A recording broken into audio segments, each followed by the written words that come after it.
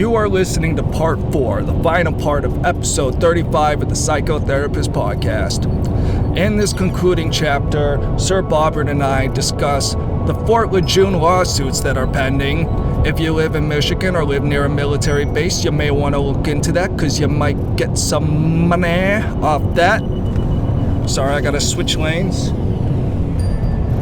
We also discuss Primetime 99, Pimp on a Blimp, eating steak and shrimp, my spirit animal, Alex Stein, harassing AOC, calling her a big booty Latina, and the very surprising outcome that came from that. In fact, AOC got into my boat where she says 1-6 was an inside job. What are we gonna do about that? And I gotta salute AOC for that one. So we discussed that, and we define a new term that I find very interesting. It's called culture jamming. I hope you guys enjoyed this episode. Peace and God bless. I'm just repeating what I've already said on this podcast before, but it's just a weird... We're a culture with a death wish. I think we're a suicidal culture that's lost all meaning and had it too good, and it's just turning in on itself and inventing its own problems. I agree 100%. Yeah. And we shouldn't be that bored because there's some real stuff going on out there that, we can worry about. Wars, Incoming water wars, the Great Famine that's just around the corner. Yeah, the incoming water wars, it was the Fort Lejeune study that I was thinking of that I think is the next big one. I wondered if you guys were aware of that because of your study. Wait, I'm sorry, say that again. This is called the Fort Lejeune water study. Mm-hmm. And I only saw it on TV a week ago, and now I'm starting to get some professional stuff on it. And this is a major lawsuit that former military people are going to file against the federal government because on this particular camp site, military site, Camp Lejeune, which is huge. Embarrassed, I can't even think of where it is, but it's huge. There was apparently contaminated water for a long period of time that the military was aware of but didn't really tell people about. And a lot of people ended up, as they got older, getting very sick with very specific conditions. So you'll hear about it. And I was wondering if your law firm would take that on, given the experience you've just had. I think they've got their work cut out for them for now. At least one, maybe a few incidents of military bases in Michigan that had some kind of chemical runoff that was getting into groundwater or something. I can't remember what the chemical was called, but it's not pretty. And that's essentially the essence of this study, because the visuals that they show on TV are that, the groundwater runoff and all of that. That affected the towns around Camp Lejeune. Well, that sounds like a big lawsuit. I'm sorry? That sounds like a big lawsuit. Huge. Yeah. So, do you want... But so tough for military, from my personal experience, to see how hard it is for them to get their benefits, to see how it's going to work for them. It's going to be tough enough for them if they've got some clear-cut symptoms. I can't imagine how tough it will be for people living in the outlying towns that surrounded Camp Lejeune. Yeah. It's going to be a biggie for a lawsuit. I think it'll be the makings of a movie. It's so big, magnitude. Yeah, it sounds like a Aaron Brockovich thing, and feels like something hippie Hollywood could really run with, because you could say, oh, it's anti-military, they kill the planet. Which, I mean, it is kind of their job to blow shit up and burn it down. Yeah. War's not great for the environment.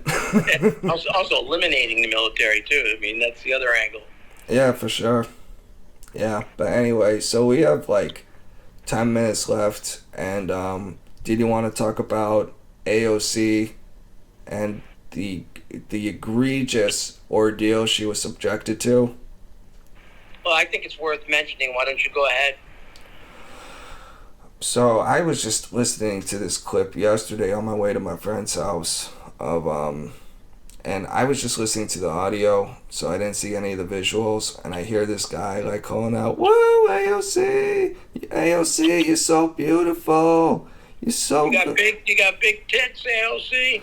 Well, I don't. The thing is, he wasn't. There was like controversy after about him saying like, "Oh, you got a juicy ass and stuff," but. And I'll have to re-listen to the tape, but he was like, "No, I'm not gonna, take it to a level where I'm gonna call her a B word or, or use a P word or, anything like that." So he was just like, "Oh, you're so sexy, big booty Latina," was kind of like his line. Right. So I was listening to this clip of this guy like, "Oh, you want to kill babies, but you're still so beautiful," and just trolling the shit out of her. And I'm listening to this clip and it sounded like, AOC was like, "Oh, are you a fan? Let's get a selfie. Whoa, yeah, big booty." In the beginning, she didn't hear clearly. Yeah. You could see she thought this was a fan. She jumped right into it. Selfies. Gave up the peace sign and everything. Here we go, Yeah, because, this congresswoman who spends half her time, doing makeup tutorials on TikTok has not leveraged her looks at all whatsoever in her political career. But, so after that, there's a clip of her, and I'm not sure, like, what exact point in time, and I haven't seen the full clip yet, but the next thing I fucking hear is AOC after saying, "Whoa, you're a fan, yeah," like, whatever. Guys, this guy was harassing me on my way to the Capitol, and this is why the Capitol Police, and, he was talking with Tim Pool about this, and, Tim Pool was like, at first, like, "I thought this was so inane, what's the point?" But you baited her into basically saying January 6th was like an inside job and like slamming the Capitol Police when, all the Democrats who have screamed for, a year and a half at that point, defund the police, these hunters of young black men and vicious monsters, like, all of a sudden they're the noblest heroes and bravest men and women, and it's just so, ugh. But yeah, so AOC, I guess, has gotten a lot of, like, heat and backlash for, her comments on the January 6th, and, this guy, Alex Stein, was just trying to look for, like, a response. He didn't necessarily have something specific in mind, but, like, as far as, like, the outcome, but, he's like, you gotta try shit, man. You're never gonna get a reaction if you never... hey, AOC said we need to make these people uncomfortable, so I'm just listening to AOC. Yep. Okay. But, so before I had seen the clips of him, like, doing this, like, town hall rap things, vaccinate me and a thong, vaccinate me right or wrong, and then I saw a really brief interview of him on Brandon Tatum's show, where he seemed to kind of just stay in character the whole time. So, and he did like a little freestyle. So I still thought he was kind of just like a clown, whatever, just having a good time. And then I hear him on fucking Timcast explaining his mind and methodology and just talking how irregular he talks. I'm like, wow, this guy's like a fucking genius. I love him. Okay, what's his name? Alex Stein? Yeah. And his sort of rap name, I guess, is Primetime 99, or that's his slogan or something. I don't know, but... I'm writing on my clipboard here. Alex Stein, Primetime 99. Yeah. And I think he'll be my new cult leader, spirit animal, but... Oh, what was I gonna say?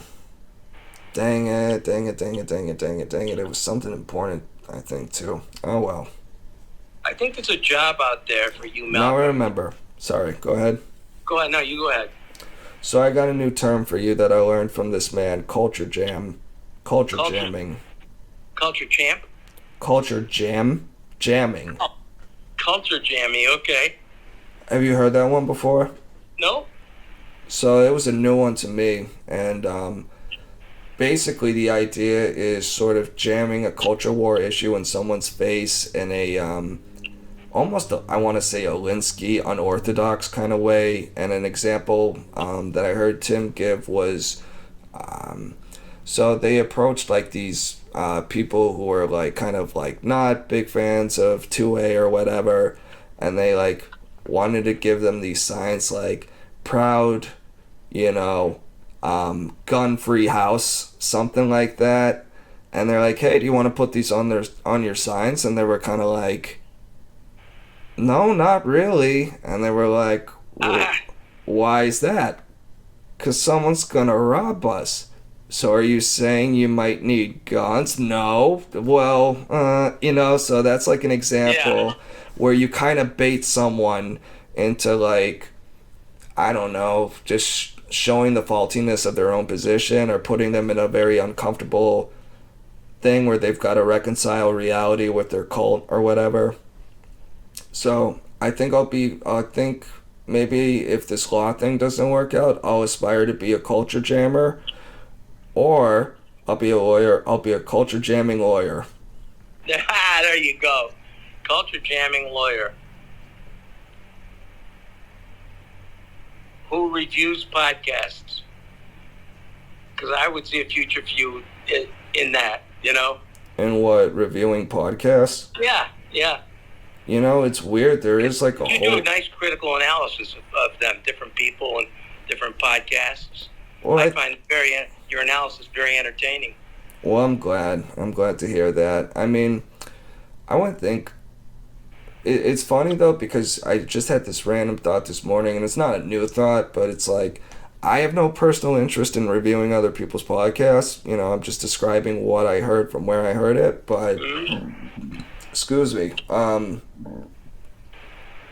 remember someone saying that's going to be like the next wave, you know, and when you think about how totally, profligate, widespread podcasts are, podcasts like reviews and like as a continuation of the conversations and like as maybe a potential thing to expand on ideas or rebut ideas or whatever, it's like, I don't give a fuck about any of that, but I could see someone getting into that. Like, I wouldn't care, you know. I think the only time I would want to listen to, like, someone review a podcast was, like, a full podcast. I don't know. Like, if fucking Alex Jones or someone just really hilarious was just, like, commenting on the whole thing. You know, something ridiculous, basically. You know, but for whatever reason, I feel like there are those fucking losers that are like, what's this analysis of the latest Joe Rogan podcast, you know? Right, exactly. I keep thinking, what's the next big thing after podcasts? I mean, you don't hear music, you don't Metaverse. What's that? Metaverse. I'll bite my tongue, I didn't mean that. Well, I want to hear your description of it. The Metaverse? Yeah. Oh, I never sent you that Mark Zuckerberg clip? No. Oh my goodness gracious. I mean, I see these commercials, meta this, meta that, you know? Everybody's got 3D glasses on. I'm thinking, what the hell is this all about? Yeah, the idea, I guess, is you put on your 3D glasses and you're in, like, virtual reality. And you're walking around your avatar, and if I can find it and put it on the screen for our audience, I will, but I can pretty much sum it up in one meme where it's just Mark Zuckerberg looking at his avatar, and it's this obvious, like, computer robot, like, it's not, like, subtle at all. And the meme just says, hello, my fellow human. Okay. Got it. You know, so it's just very, I mean, I saw that ad where he's like, whoa, we're in space, and like, Mark, is that you? I'm a robot. I thought I was a robot. And just, I wanted to put a gun in my mouth. I really should have I should have called you in that moment. That was a hotline moment. So that's also like a commentary on artificial intelligence, basically. That's part of it, I think, yeah. Yeah. For sure. Yep. So we got 1 minute left. Well, I had something I wish I could share, but let's just say that... Do you want to share it off, Mike? Yeah. All right, well, after we wrap up this, you can tell me. Okay. So I'm done. I have nothing else to shed a light on, to impart to the world, Malcolm. I think I've basically said my piece. Yeah, I'm still not hungover, but like sleep hungover or whatever. Okay, yeah. So I think we still got a good output, and we ended right when we needed to. Sounds good. Perfect. Sounds good. So do you want to say bye? Yeah, bye. I wish I had my little dong or my ding or my. I'll put it in post. One of my little things that I'm upset the whole time I've been talking to you. I've been looking around here thinking there's got to be a chime or something. You know, I don't think I have a room in the house that doesn't have something like that. Except this one. That I just pick up and use. Real nice, asshole. Real nice. It's a reminder. It's a reminder to take a breath. Way to let the pod down. Yeah, there you go. But yeah, we love you, audience. Peace, blessings. Have a great day. Hey, have a great day. And I got to talk to you about off mic about one thing. Okay? For sure. All right. Bye, Okay, people. Malcolm.